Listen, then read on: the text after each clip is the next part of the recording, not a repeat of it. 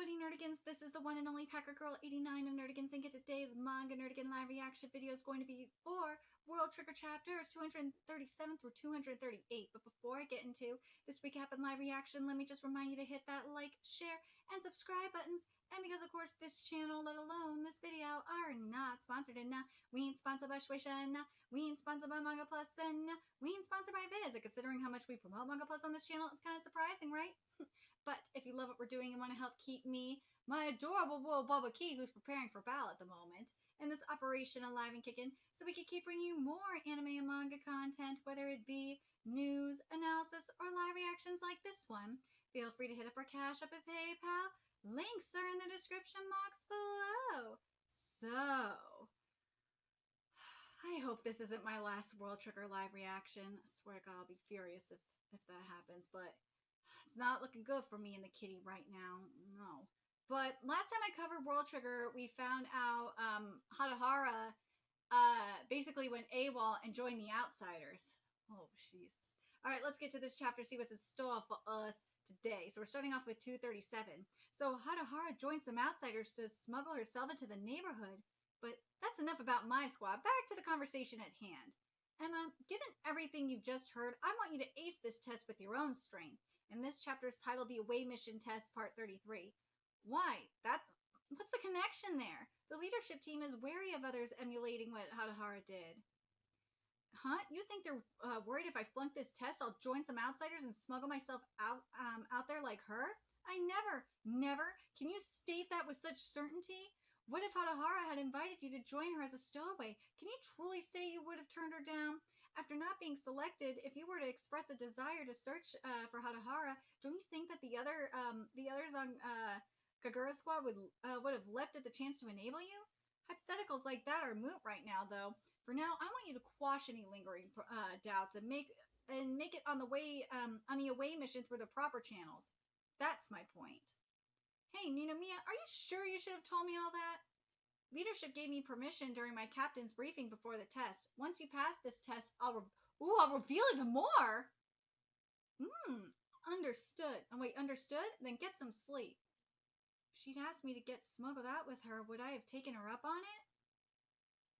What would Ninomiya do in my shoes? He and his squad don't seem like the types to make risky, reckless moves, and yet... But that doesn't mean I will take any of this lying down. I need to hear her reasons directly. I guess I feel the same way. Sealed environment phase, end of day 4.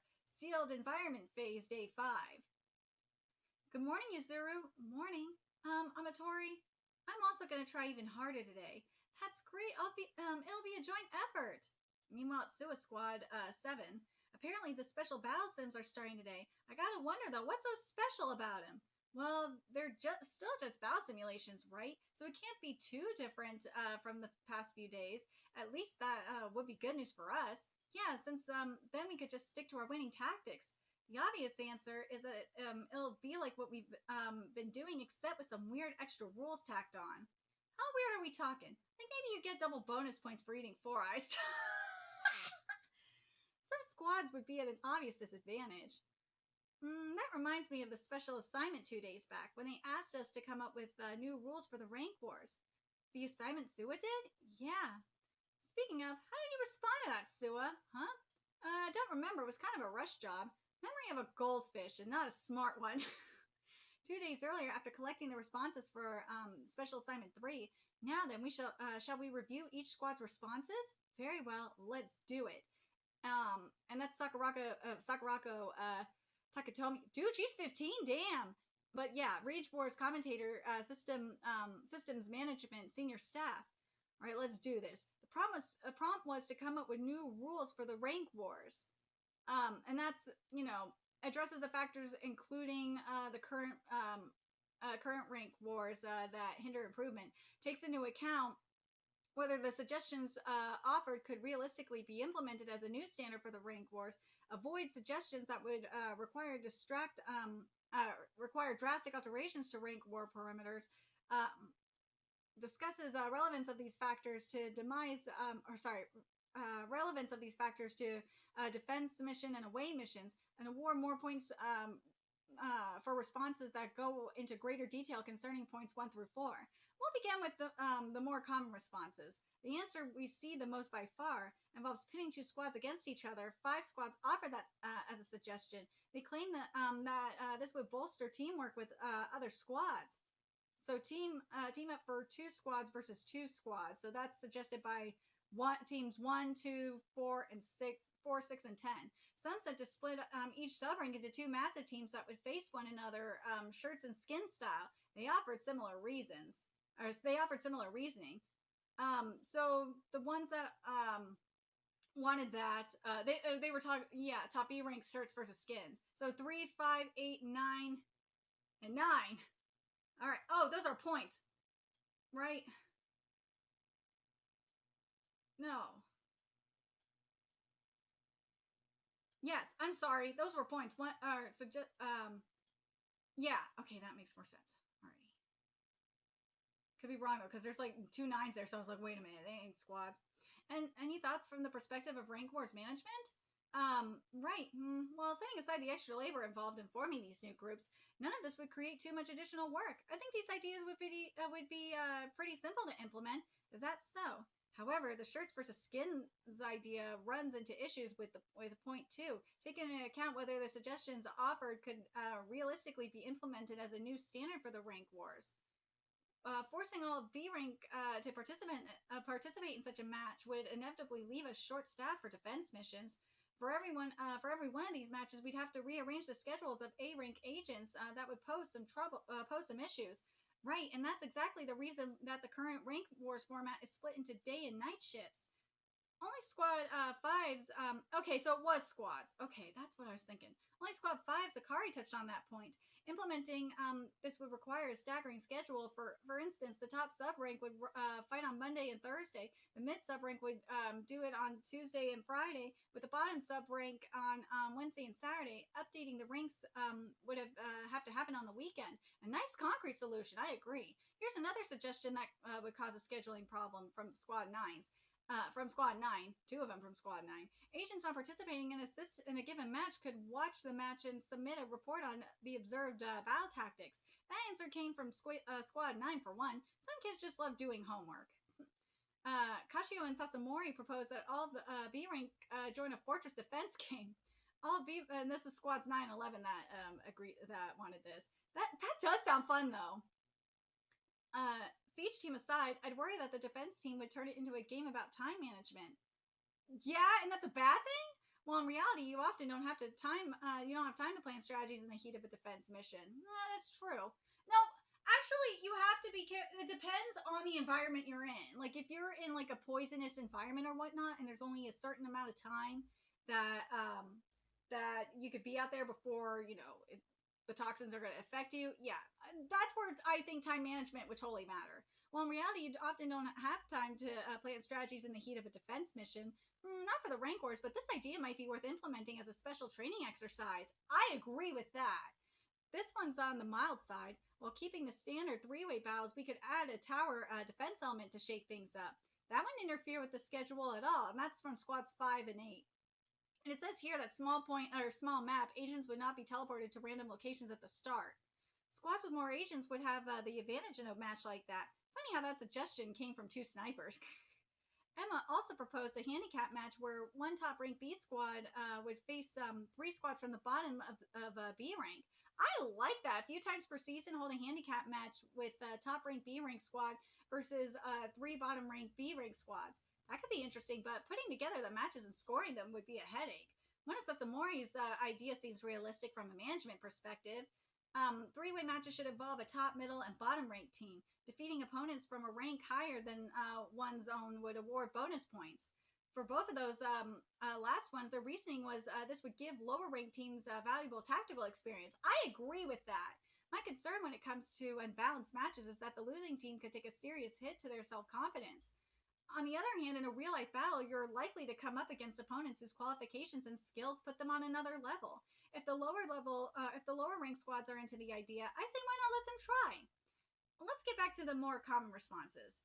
4 different squads suggested mock missions against TRION soldiers. That I like.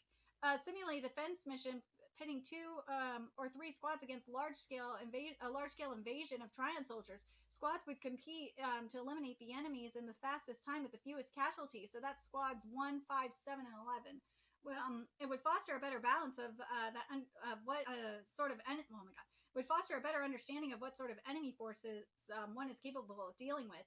Would be a bit of a burden on management since they'd have to concoct new missions loadouts every time, and that's from SUA. Turning it into a score attack mode? I fear they'd end up defaulting to the same tried and true strategies every time. On the other hand, trying to tackle a set task as efficiently as possible could definitely lead to creative thinking and strategizing, right? 3 squads had this next suggestion. Management decides what triggers agents can wield in a given match. So today is Scorpion Day. So trigger loadouts for all squads are predetermined by management. And that's from 1, 4, and 9. Squad 6 and 10 had a similar idea. I like how much freedom of choice that would give everyone. So this is Squad 6 and 10 that said this. Before each match, a list of available triggers, categories, as well as specific ones would be made available. Agents on a given squad would divvy up the triggers amongst themselves. The list would be shared with the opposing squad. As for the reasoning, there were 2 schools of thought. So 1, 9, and 10 said this. Getting a taste of for triggers that one doesn't typically use could offer a chance to learn about the strengths of and weaknesses of other types of fighters. I agree with that. That was smart. And 4 and 6 said this. This would strengthen one's ability to improvise if on an away mission one got into trouble and was left unable to use one's usual triggers. 1000% agree with this. Of course, knowing how to improvise on a mission is critical, but I'd rather they work on precautionary measures to avoid those dire situations in the first place. But dude, you can't always avoid it. You're gonna have to deal with it. Be that as it may, we can hardly anticipate every problem that might arise, see?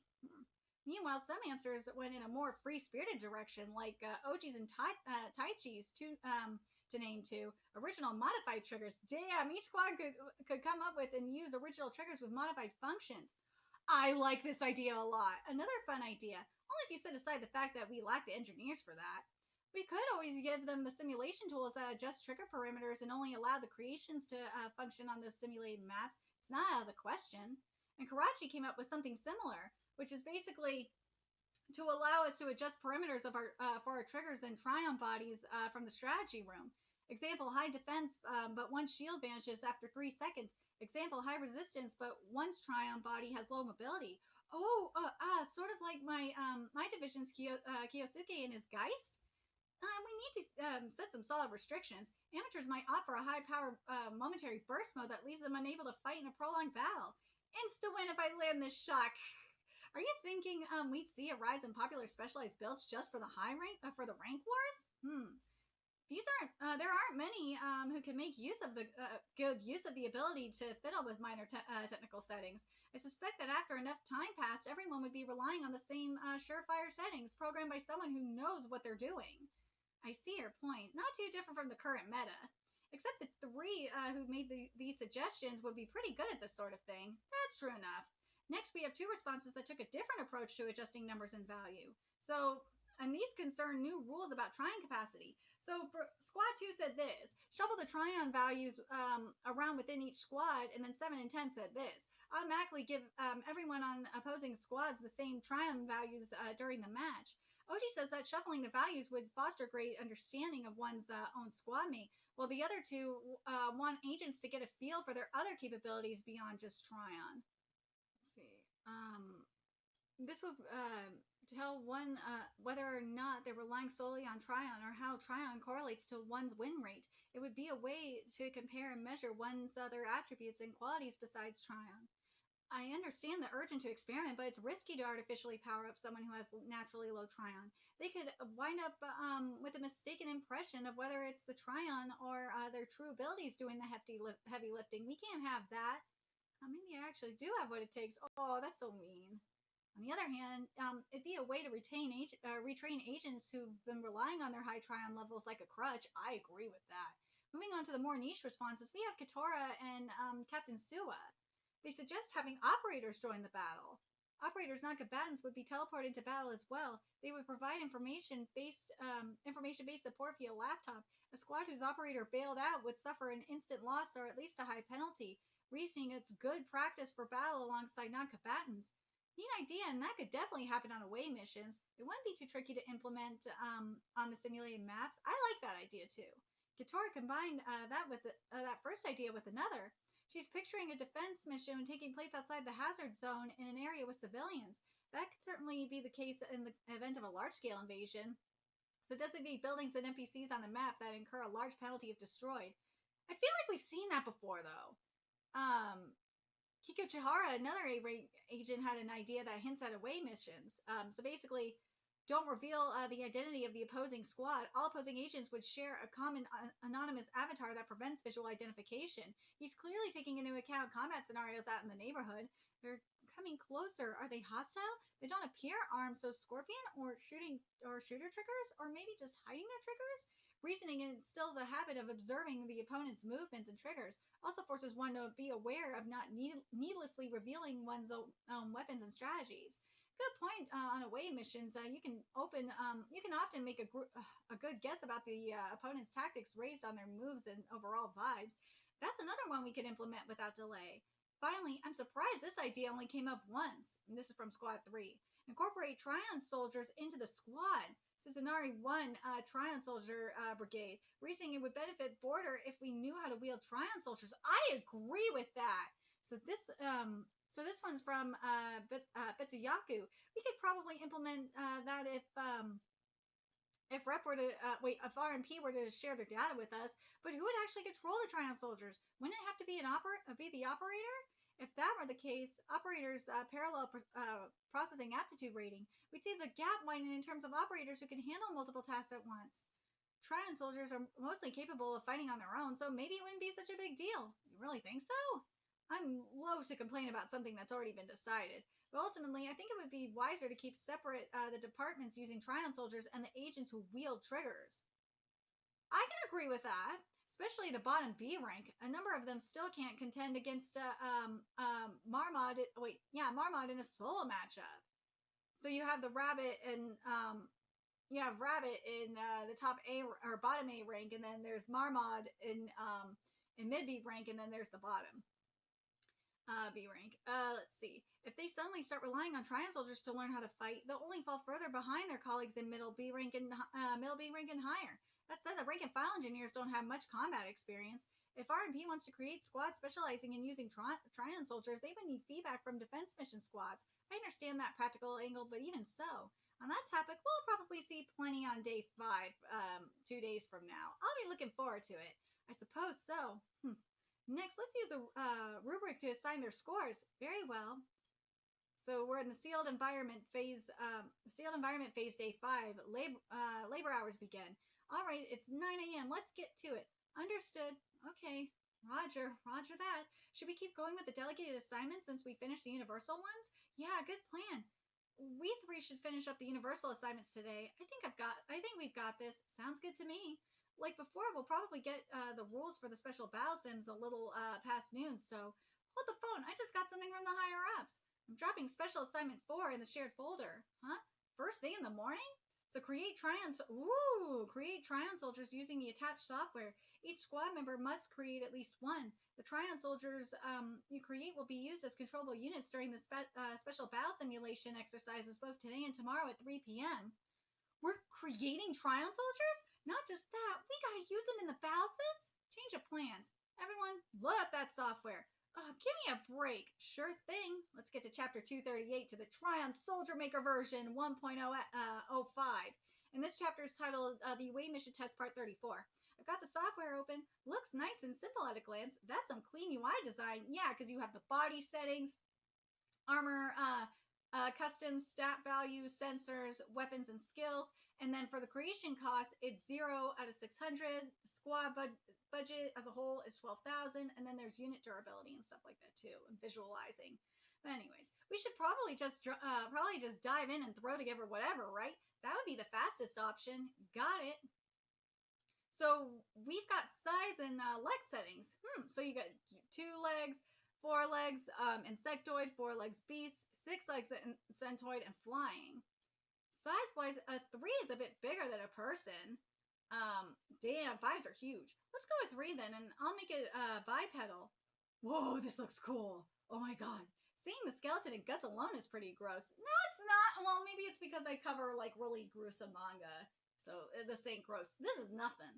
This is nothing. What's next? Armor and custom? I'll set that to 5. Select armor density from 1 weakest to 10 strongest. Unit durability, yeah, there's the 480 unit durability. Oh, the program automatically has the exoskeleton. Now this thing's looking more familiar, but what's that custom thing about? Like, customize? When you click the custom button, you can grab the armor and yank it around. That is sick. It lets you divide up the body parts, delete some, and so on. So you could distort, delete, divide, and add. There's even an option for keys. Oh, keys. Oh my god, my cat is so cute right now. You have no idea. We can really mess with these things as if we're tinkering with their bone structure. So there's a visualizer, yeah. It ain't hard to make something goofy looking. Goofy isn't the point. Goofy isn't the point. Hey, I wouldn't mind getting some laughs. The stat values section looks like a lot like the normal battle sim stuff. Except you can assign the stats however you want. And raising stats also raises the overall operation cost. So for the stat values, you select your unit stats with a minimum of 1 in every category. So you have action tokens, affects number of actions that could be taken in a single turn. Attack is basically affects, which is at -1 right now. Attack, which is at +1, affects level cap of melee weapons, range weapons and skills. Defense +1 affects level cap of shield and weapons and skills. Evasion +1 affects dodge rate and level cap of skills. Support affects the number of co-op actions that activate in a single turn, which is at 0 right now. And dexterity affects the level cap of ranged weapons, snipers, and skills. Some stats already have values assigned from the start, though. What's up with that? Seems like the leg type you chose can grant a stat bonus. Different legs are subtly geared toward different builds. Also, when you increase size and armor density, unit durability goes up, and action tokens go down. The heavier and tougher they are, the slower they get. Action tokens are pretty darn important, so be careful there. I'll give my unit 10 action tokens and put 3 points in every other stat. That sounds bad. You break it already? No, I went over the creation cost limit by like 5. What sort of tricked out monster were you cooking up? It was nothing special, I swear.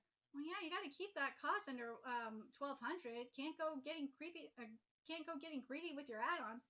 Huh? Isn't it 1,080? My limit's only 600. Same, it's 600 for me. I got 1,080 to spend. So the cost limit depends on the person, huh? I'm guessing that our TRION levels determine the cost ceiling. So level 7 TRION gets 1,200 for their cost ceiling. Level 6, 1,080, and then level 2 is 600. Give me a break. You know what that means? And, oh my god, we got a Gundam metaphor. I love it. Big shots like Nina Mia Squad are going to be stomping around with uber powerful mechs like a main character would use. Yada yada Gundam costs 3,000. Well, we're stuck with wimpy mass production models like the Zamu Gundams, which are 100. Dude, I fucking love that we are getting a Gundam reference. This is great.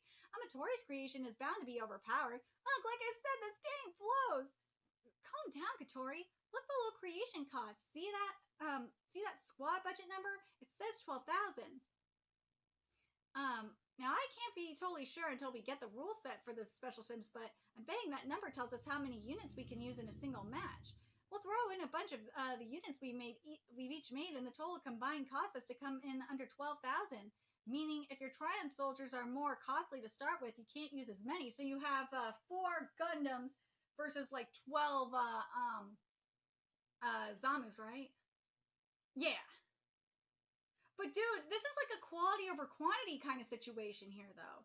Makes sense. It's more fair that way. Yeah, I don't know what if their budget is like 30K or whatever. Not a chance. All right, Mikumo, let's show them how tough our mass production models can be. Strength in numbers, then? Next session is all about sensors. So you select a sensor ability settings with a minimum of 0 in every category. So there's TRION sensor affects radar detection range, optic sensor affects weapon range and scope of vision, and auditory sensor which affects weapon range and auditory detection. So those are all at 0, by the way. So the TRION sensor works just like our usual radars. For the other two, when put in battle sim terms, they're like those swiveling detection cones around the unit. Sure. The auditory being smaller than the optic in this example. So a unit that's packing a long-range weapon had better have some strong sensors to match. Exactly. If I'm forced to pick either optic or auditory, then my unit can really only use one weapon at a time. Or if you wanted to hold a shield while firing range shots, you got to put at least 1 point into the auditory sensor. Right.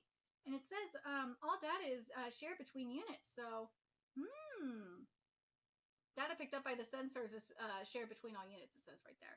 At least for radar, which this one is a TRION sensor 20 and combat ability none, might as well make some radar specialists and leave that job to them alone. That's actually kind of smart. Oh, sure, that would mean we don't gotta waste resources giving the other units radar. That's a relief. How about I create the radar bot then? It's bound to be a cheap one. All yours. Last up is weapons and skills. Blade, shield, asteroid, meter, sniper. The basic weapons are mostly the same as the regular battle sim. Yeah. And there's additional armor too. And there's grenade. Yeah, so it's sniper, meteor, grenade, asteroid, shield, additional armor, and blade. And then for the skills, there's optic stealth, radar jamming, radar stealth, vital strike, blade block, boost dash, boost strike, boost block. Dude, I would be going for the optic stealth and the vital strikes. And probably radar. If you could do radar stealth, that'd be sick. There are only 8 skills this time, which makes it a lot easier to remember. Still, it's a pain that we've got no clue which ones the opponent will choose. Each weapon's power cap is decided by the related stat value. So blade, you have attack at level 5 and range at level 2. Asteroid, which is a and the attack is times 2. It says here. The cap is 12. Yeah. Total level 10 for asteroid. Level cap 11. Defense times 2. This is good because then that means they can't be overpowered like they were saying in the previous chapter. I like that we're seeing it here. Attack at level 4. Range at level 4 and ammo at level 6, but there's only 2 shots. Now, in terms of sniper, which is at level 10, and you can't go any higher than level 10. Nah, it's capped there. With dexterity times 2, you have attack at level at 8. Or sorry, I fucked this up. For blade attack is plus 5 or yeah. It's 5 points. There we go. Range is 2. Asteroid which is or no, I was right on this. Okay, they are level 5. Okay. Sniper, which is at total level 10. Level cap at 10. You have attack, which is at 8, and that's at level 4. Range is set at 8, which is level 4 with, a token. Yeah, those are tokens. Yeah. Okay, and then ammo is 2, or is at level 2 with 2 shots. Yikes! Equipping our guys with more ammo makes them cost more. Budging this is brutal. Yeah, so it's going to cost 8 points. There we go. I think for like attack and range for the sniper. Yeah, okay, that makes more sense if they're points and all of us. I was like, wait a minute.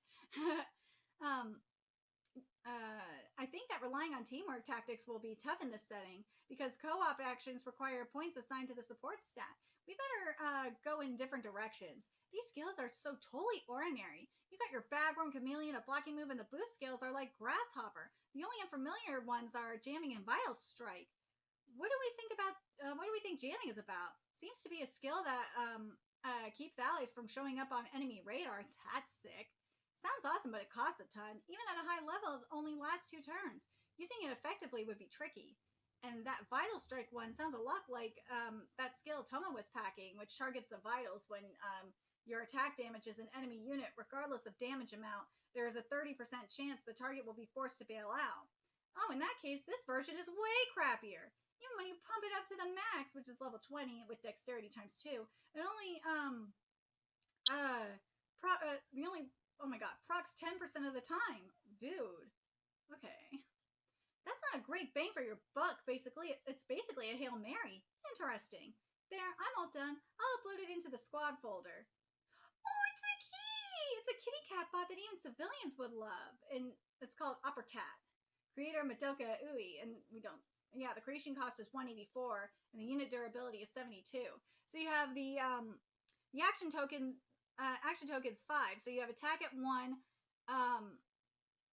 Defense at 1, evasion at 3, and support and dexterity at 1. So the TRION sensor is 15. There's no optic sensor or no auditory sensor. Oh, so cute! Stripped down to nothing but radar on legs. That's nice and clean. Nice that they're so cheap to create. Oh my god! Nice that they're so cheap to create. Total bargain. That'll allow us to include more actual combatants. Now I've got the urge to make a cute one too. Quite obsessing how the thing looks, but it is cute. And then there's the shield gunner 1. Poor Asumu's struggling here. Creator Asumu Mikumo, and the creation cost is still a little high by 2.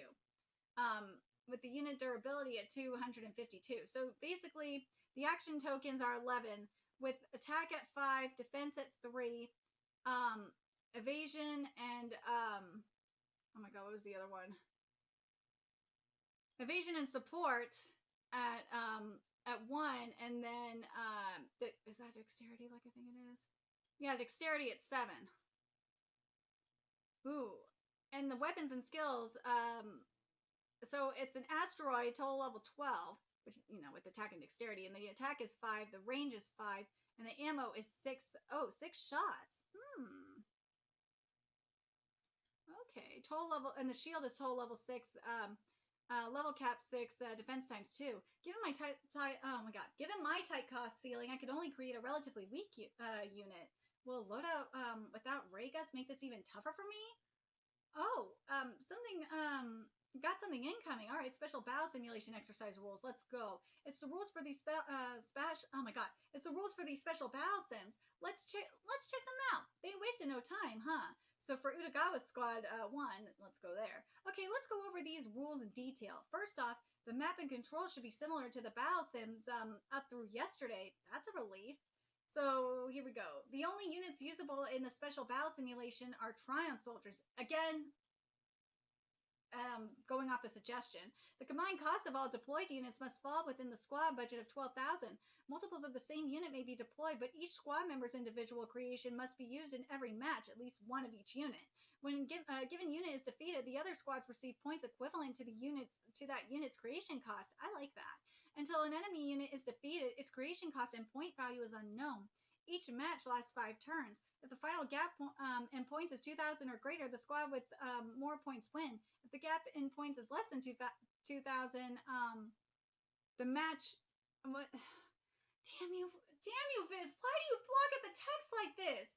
It looks like we were right. The army we deployed has a maximum cost of 12,000, and everyone's got to contribute at least 1. What a drag! The biggest difference between this and the previous sims is the scoring. The points awarded match the creation cost, so beating a strong soldier earns you more points. So plus 10,000 if it cut a point. Well, plus 1,200 points if it costs 1,200 points, and same with the 500. Now, up to now, we don't only get a single point per kill, no matter how powerful or wimpy they were. In a way, this seems more fair. I agree.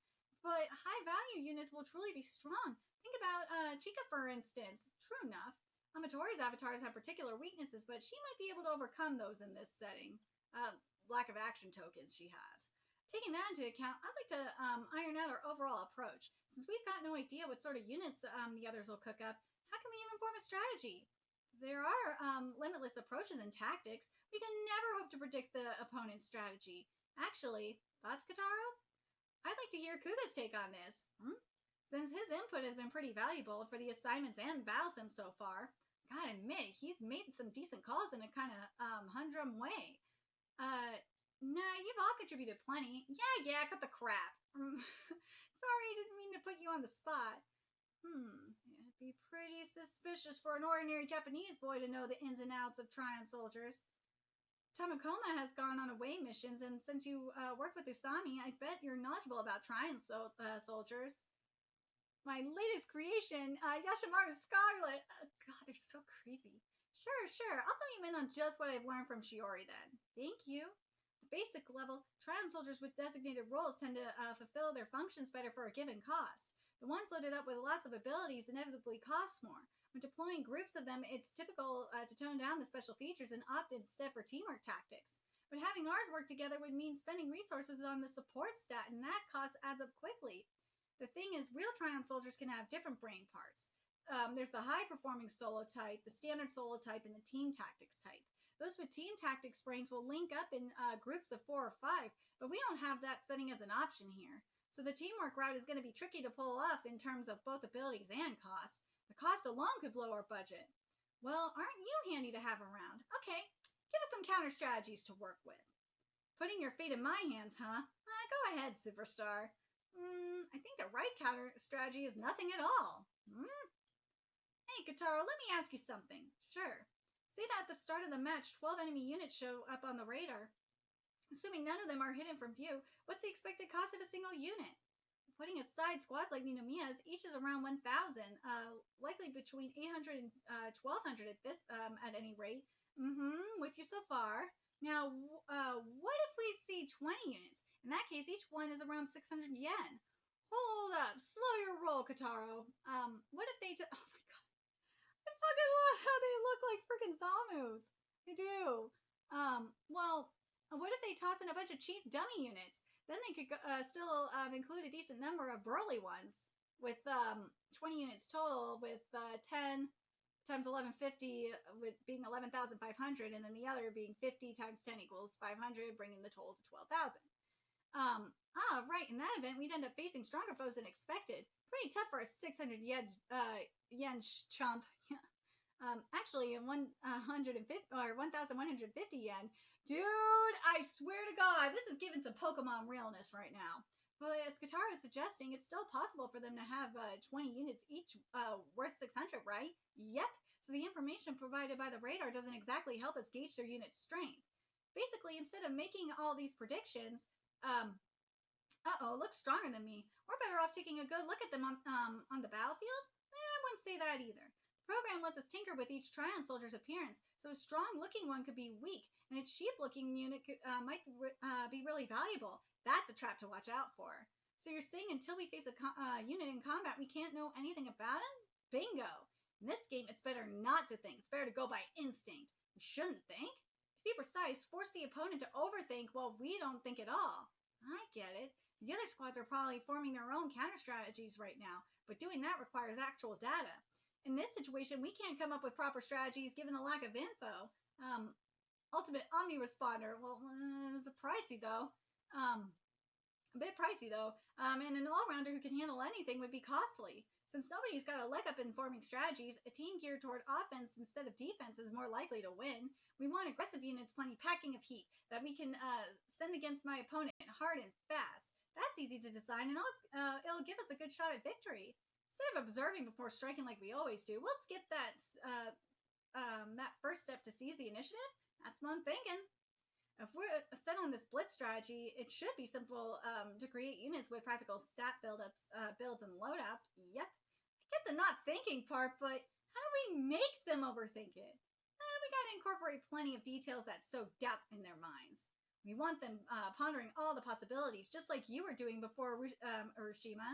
What, by mixing in cheap dummy units? Weaklings that appear strong or costly units that appear cheap, that sort of thing. That's freaking brilliant.